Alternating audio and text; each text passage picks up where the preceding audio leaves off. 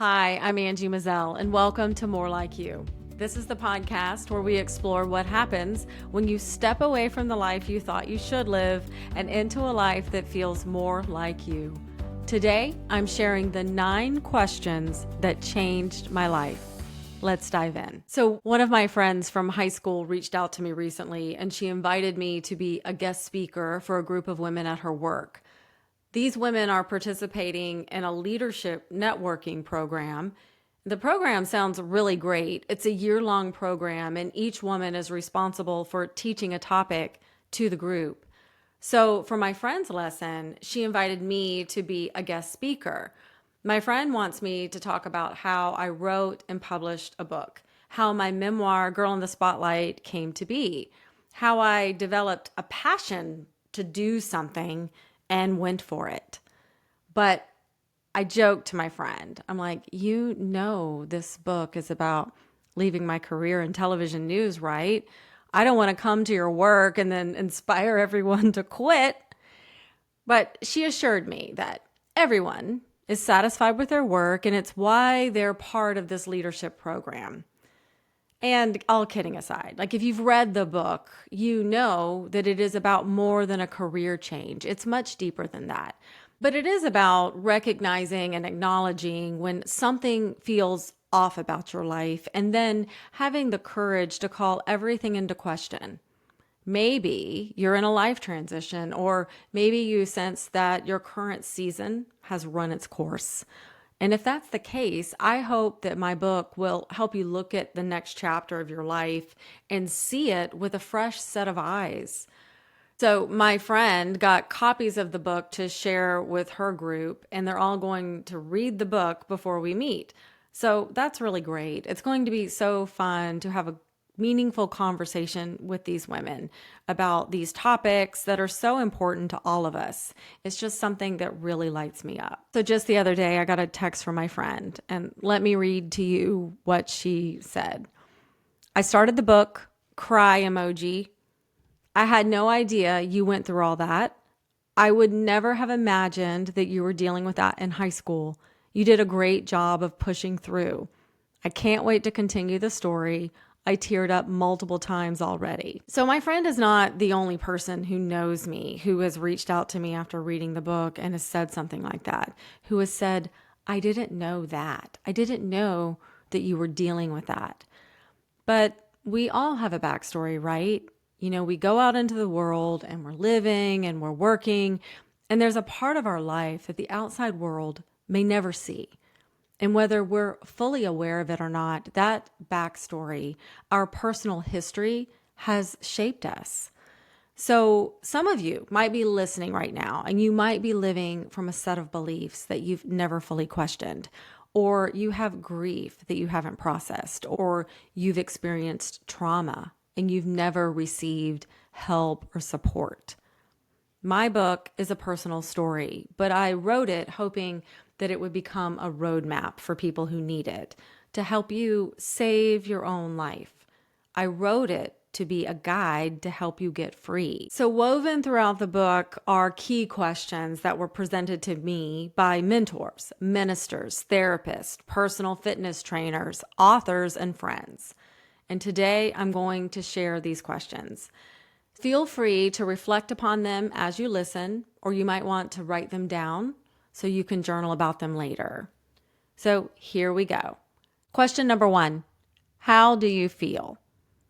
When a mentor asked me this question, I was a senior in high school, and it was just before my mom got remarried. And I remember replying, I don't know. And he said, well, you need to know. You need to know how you feel. Sometimes it's hard to get to the true core of how you feel, especially if you've been conditioned to take care of other people's feelings. If you live your truth, if you speak your truth, you may worry about how others will react. But consider this. You don't have to share your feelings. You don't have to express them. You don't have to act on them, at least not right away. It's just important that you know how you feel. And if you're not clear about how you feel about something, You can start by giving yourself space and permission just to figure it out. Question number 2. How would the story look from your perspective? My college writing professor asked me this question after she read a personal essay that I wrote for her class. I had written a story from the perspective of another family member.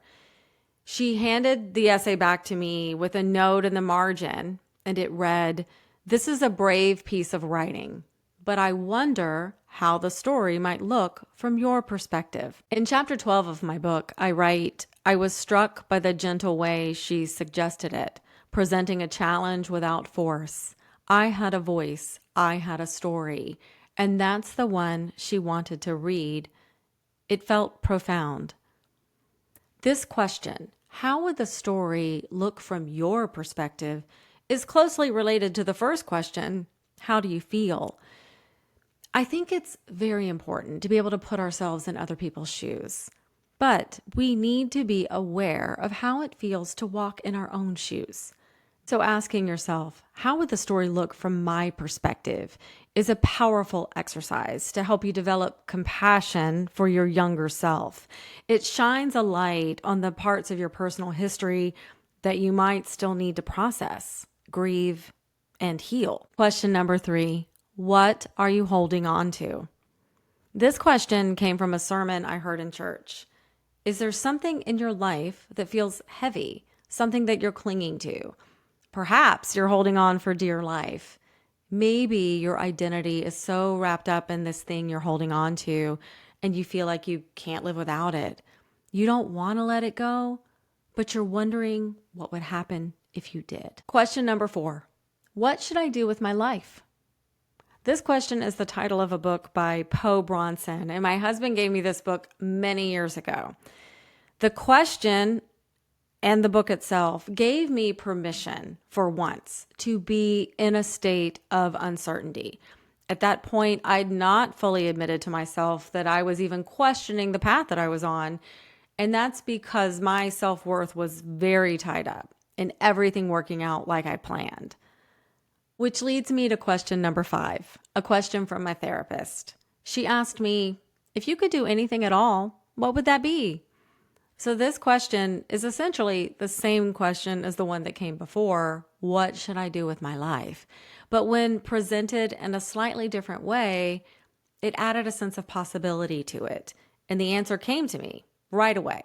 So I told my therapist that I wanted to write for magazines and work at a gym. So then she threw in a bonus question. Why don't you do that? So then I went on to explain all of the obstacles in my way, all of the reasons that I couldn't do what I just said out loud I wanted to do.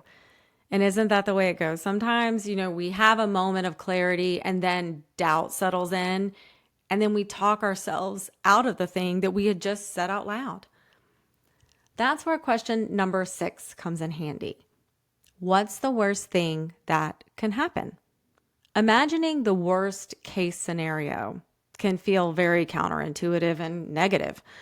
But my therapist explained to me that when you say your fears out loud, they lose their power over you. Time and time again, I've found this to be true. When you turn and face your fear, when you look at the worst case scenario, you can decide if what your heart is telling you to do, if the direction your heart is pointing you towards, is it worth the risk? Question number 7, what would you do if you weren't afraid? This question is from the book, Who Moved My Cheese? I love this question. This question knows you're afraid. This question isn't judging you for being afraid. This question is taking into account that the fear is there. The question simply asks, what would you do if you weren't afraid? Question number 8, what's your perfect day? A personal trainer asked me this question once. And my perfect day visions have ranged from driving in a convertible on an ocean highway, palm trees lining the road, to simply having enough time in my day to exercise and my house is clean, or I'm doing creative work that's challenging and it also fills my cup and my soul, and I'm contributing and doing something meaningful. When you take the time to consider the answer for yourself, what your perfect day looks like, whatever it is that you see yourself doing, take a moment to consider how that vision makes you feel. Because quite often, it's the feeling that we're going after. There's more than one way to get to that feeling.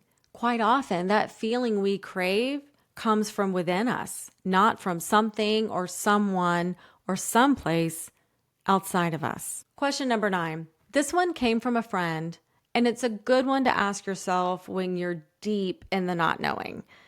Why don't you try to stop thinking about everything so much? I'm definitely an overthinker, but sometimes you can't think your way into clarity. You have to feel your way.